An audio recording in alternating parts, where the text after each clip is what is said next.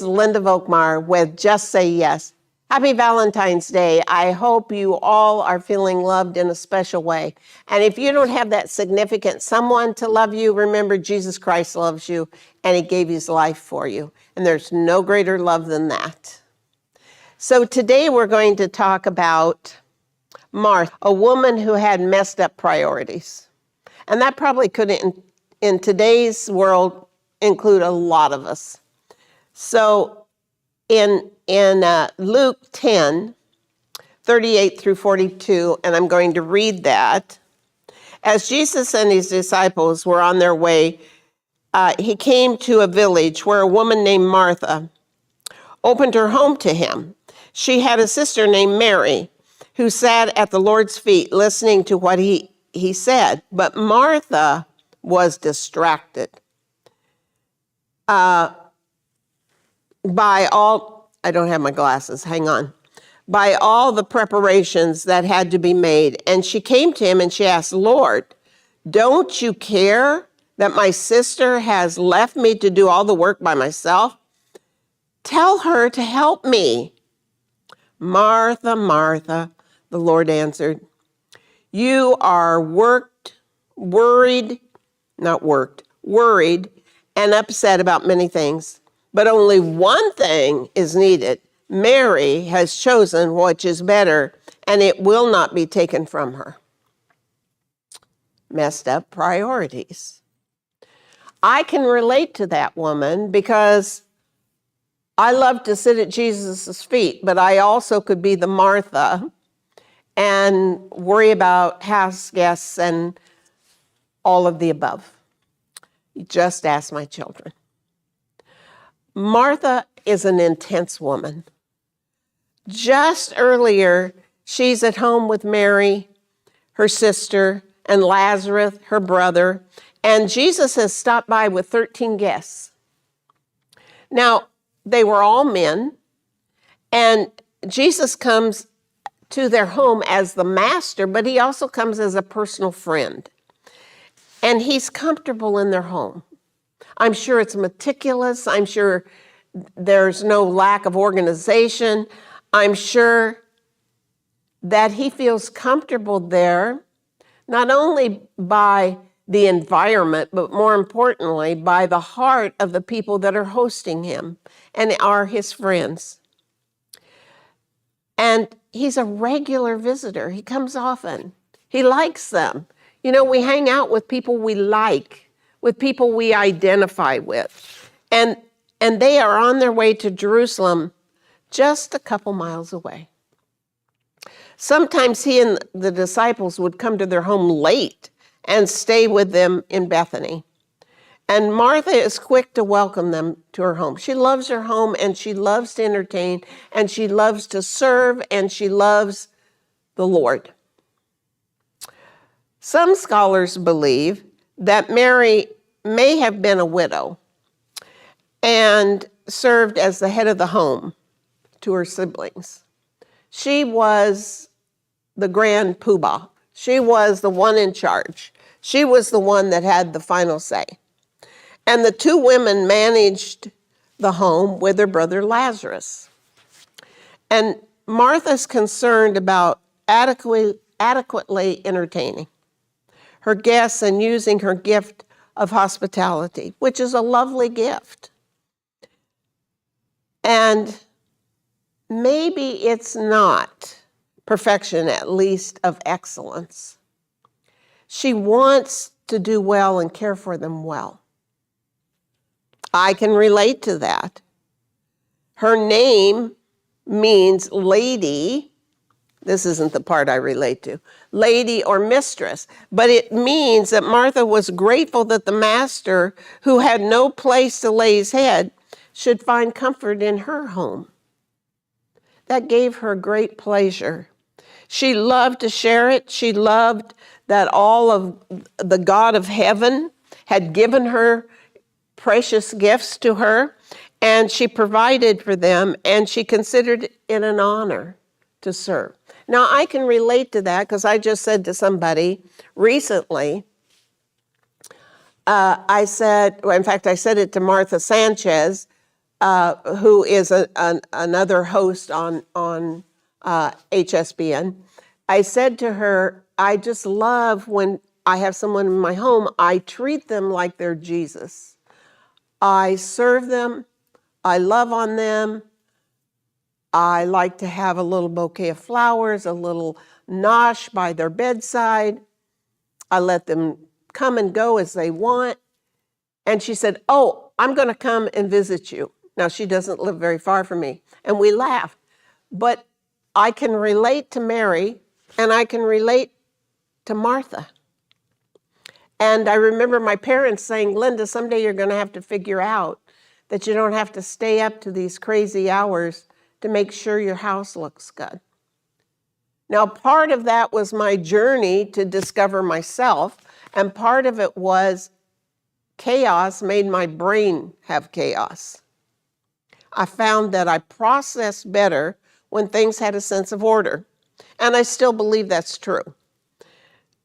But a servant and a heart for God.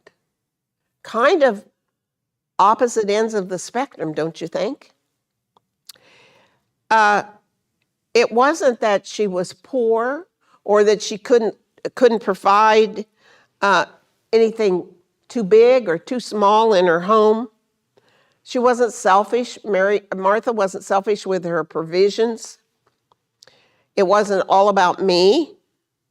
I'm sure she must have wrestled with herself from serving the men and washing their feet, because that was the culture. They were wearing sandals and loose dirt. So when you came into somebody's home, you washed the journer's feet, whoever was your guest, and she wanted them to be refreshed. Remember, they were living in the Middle East. I'm sure the temperature was scorching at times. I'm sure that she felt annoyed that her sister was indifferent to her needs. Haven't you ever been somewhere or you're serving or you're doing all the work and you're like, hello, could somebody help me out?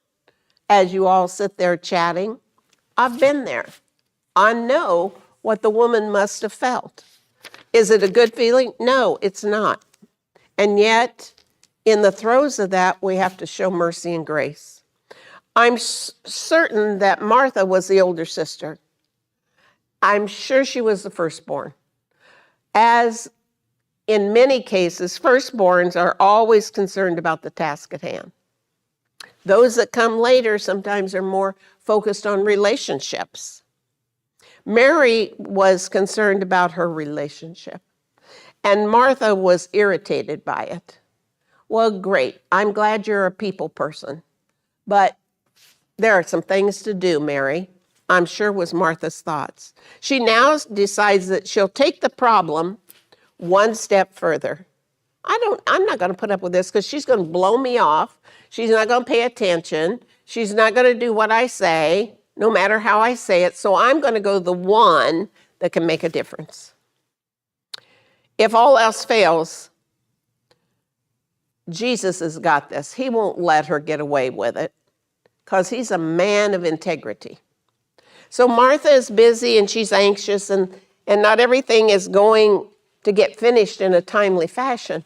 And that begins to grate on her nerve endings. And that begins to make her impatient. I'm sure inside she was murmuring and grumbling and complaining. Lord, do you not care about my sister that's left me to do everything alone? How many times have we been there? As a parent, I certainly have been there. Then tell her to help me. Could you just help me get the dishes out on the table? Mary was totally absorbed with listening to the master. She had lost even perspective that Martha was working oh so hard. She drank in every word he spoke. In her mind, she probably was thinking, there's nothing better than this. Oh, I love this so much. I want to retain everything he's saying, every word he's speaking. What can I learn? It can't be better than this. Haven't you ever sat in a church service or been in the Word for yourself or listened to a sermon or talked with a friend or been with family or someone you dearly appreciated and you're like, oh, this is what life's about. Oh, this is so good. Well, that's kind of where Mary was. In the heat of the moment, Mary became her own source of conflict. I have faulted other people and been irritated. But make the best of the situation, Linda. Mary was accustomed to sitting at the feet of Jesus before. And in Luke 10:39, Jesus had brought radical change in Mary's life. And she would forever be changed. There was a huge gulf between Jewish men and Jewish women. Jewish men often started out their day with praise and thanksgiving and prayer. And they were so thankful that God had created them, that they weren't a slave, that they weren't a heathen, that they didn't know God, and they were so grateful they weren't a woman. Jesus had brought about change of gender as he was concerned about the entire human race. He now saw men and women outside of the Jewish inheritance and heritage of his life. And he now had a heart for children. In Galatians 3:28, maybe this is where soul food was originated. He began to look at the soul of people. Mary was finding her true identity based on new respect for women in her day and culture. There was freedom in that. How many times have you been underestimated, whether you're a woman or a man? If you're a man, maybe your boss didn't think you were adequate for the job. Maybe your wife was annoyed with you not fixing something in the home. Or maybe as a woman, you weren't seen in the same culture. You couldn't rise to, so to speak, stardom or head in a company because you were a woman. And it was thought that only men should have that position. Jesus had offered Mary the possibility that had never been offered to anyone before, let alone Mary. Perhaps Martha was content to stay with culture as it had been. Let women do what women do and men do what men do. We find that even sometimes in our culture today in America. But the new generations are beginning to interject and cross over what were the traditional roles. This is a man's job. This is a woman's job. And now men are caring for their children like women cared for their children. And women are going to the workplace. And women are getting the car serviced. Or whatever works within that relationship. Mary is seeing the plan of Jesus through her relationship with God and the coming kingdom, and she's excited.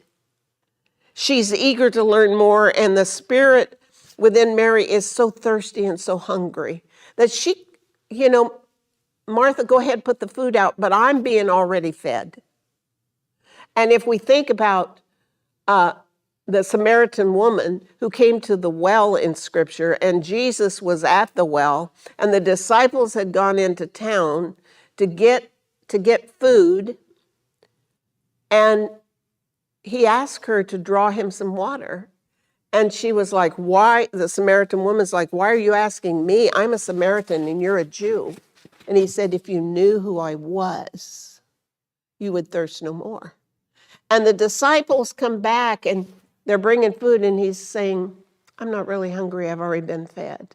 What he was saying is, my Father fed me spiritually, and I don't have need for earthly food right now.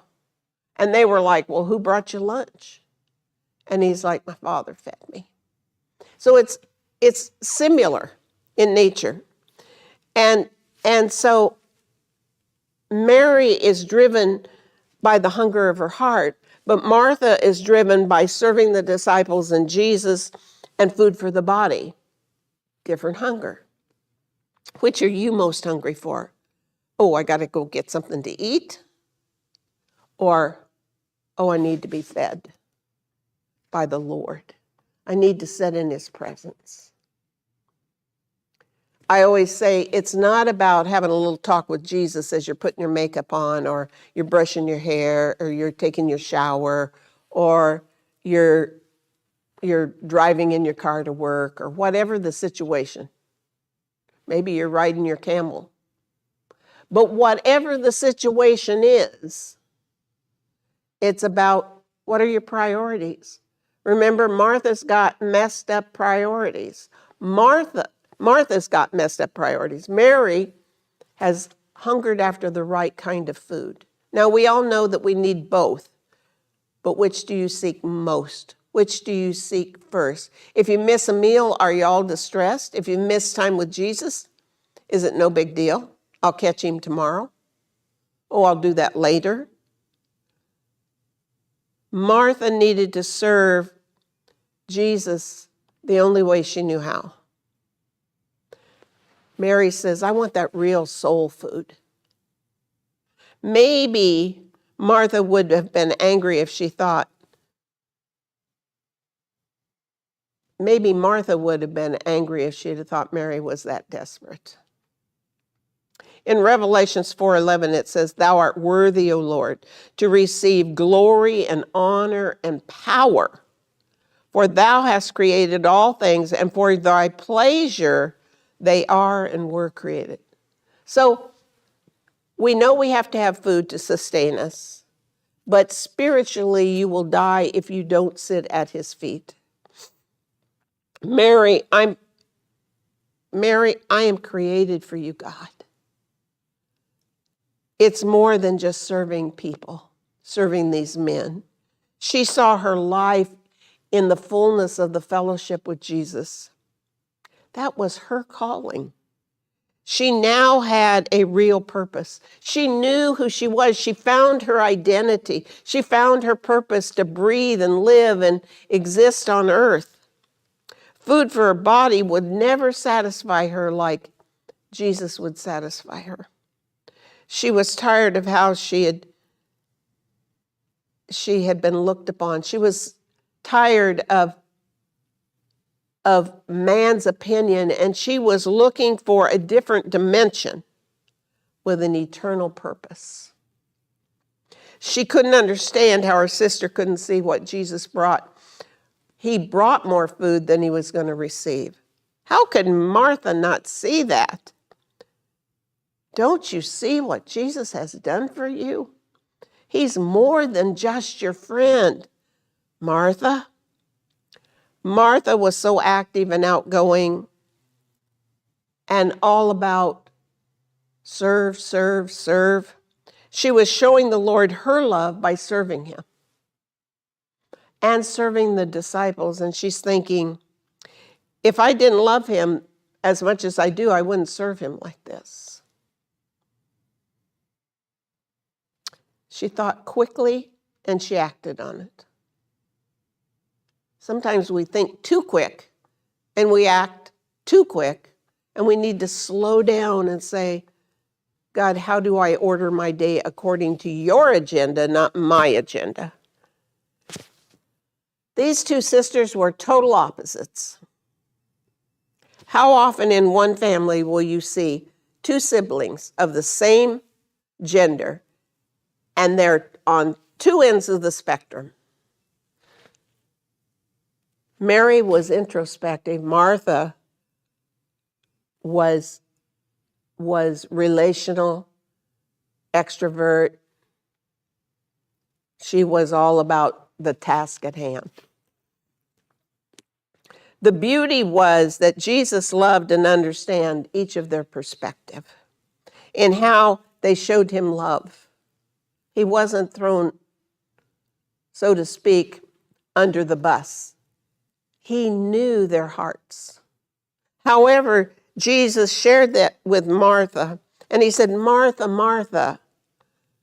And anytime Jesus repeated something, it was, listen, listen.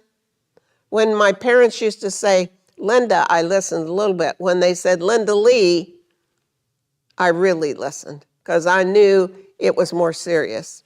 And Jesus is saying, Martha, Martha, thou art careful and troubled about many things. But one thing is needful, and Mary has chosen the good part, which shall not be taken away from her. Oh my goodness. He stops his teaching. He's really saying, how can you mingle the primary issues of your life with the secondary issues of your life in such a crazy manner? How can you become so lost in the minor things of life when you have me sitting right here in your midst? Do you think if you are a believer that Jesus is sitting in your living room? He's on the throne of heaven, but he gave the Holy Spirit and he's sitting with you and he's among us. How can you just blow him off and say, oh, I overslept. I don't have time for him this morning. How can you become so lost in the minor things of life when he's right there? You've opened the door, you've invited him in, and now he dwells in your midst. I am far more interested in you than food and shelter. Before I come for my broadcast, I began to pray and say, God, I want the people that hear my voice to miss Linda Volkmar, but I want them to hear Jesus Christ. I want them to hear the love of Jesus. I want them to know you. I want them to embrace a new either renewal to their spirit or a new concept. Whichever it is, he loves you. He treasures you. He wants to dine with you in the spirit and in the natural. What a beautiful thing. You are so efficient, Martha. But life is more than this. I won't always be with you, Jesus is telling them. I won't always be here. Utilize the moment you have, the time, the priorities. He's saying, after the dishes are cleared, what do you have to show for what you've done? After the food's been tucked away, what do you have to show? Cooking takes a lot of energy. And we need to examine ourselves. What does your heart seek first? Be honest with yourself. There's days I have to go, totally was about execution, getting things done. Now, does that mean I didn't have any time with Jesus? No, generally not. But it may mean that on my mind and my agenda, maybe I went to Jesus out of habit, out of guilt, out of shame, rather than desire. Let's be honest. Sometimes what motivates us to get in the Word isn't always a God idea. Examine yourself. Mary doesn't need correction. But Martha, you know that I love you. And he identifies that in Hebrews 12, 5-8. And he says, my son, despise not the hastings of the Lord, nor faint when thou art rebuked by him. For who the Lord loveth, who he chastens and scourgeth, every son whom he's received. If you endure chastening or discipline, God deals with you as a son. For what son is he whom the Father has not disciplined, has not chastened. But if you be without being chastised or disciplined, then you are like a bastard or not a son. It means you're illegitimate. You weren't really, he really doesn't have, because you've never yielded your life. You're in charge. Jesus was gentle, but he was firm. He was saying, you were trying to make many dishes, and you could have cut this down, Martha. We only needed 1 or 2, but you had 6 or 8. He's saying, why all the fuss? Why are you stressing out? It's not that important. It's more important you sit at my feet and you be fed for eternity.